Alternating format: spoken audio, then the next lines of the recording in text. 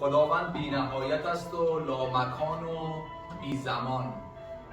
اما به قدر فهم تو کوچک می شود و به قدر نیاز تو فرود می آید و به قدر آرزوی تو گسترده می شود و به قدر ایمان تو کارگشا می شود و به قدر نخ پیرزنان دوزنده باریک می شود و به قدر دل امیدواران گرم می شود. پدر می شود یتیمان را و مادر، برادر می شود محتاجان برادری را، همسر می شود بی همسر ماندگان را، طفل می شود حقیمان را، امید می شود ناامیدان را، راه می شود گمگشتگان راه را، نور می شود در تاریکی ماندگان را، شمشیر می شود رزمندگان را، عصا می شود پیران را، عشق می شود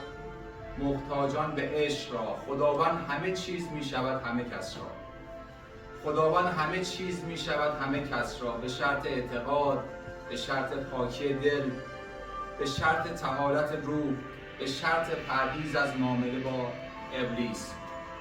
بشویید قلب‌هایتان را از هر احساس ناروا و مغزهایتان را از هر اندیشه خلاف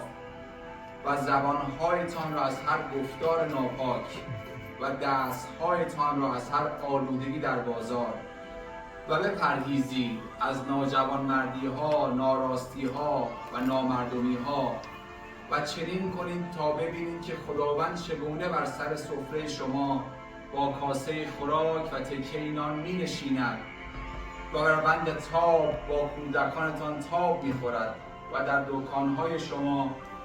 کفه های ترازویتان را میزان می کند و در کوچه های خلوت شب با شما آواز می خواند. مگر از زندگی چه می خواهید که در خدای خدا یافت نمی شود؟ مگر از زندگی چه می خواهید که در خدای خدا یافت نمی شود که به شیطان پناه می برید، که در عشق یافت نمی شود که به نفرت پناه می برید، که در سلامت یافت نمی شود که به خلاف پناه می برید.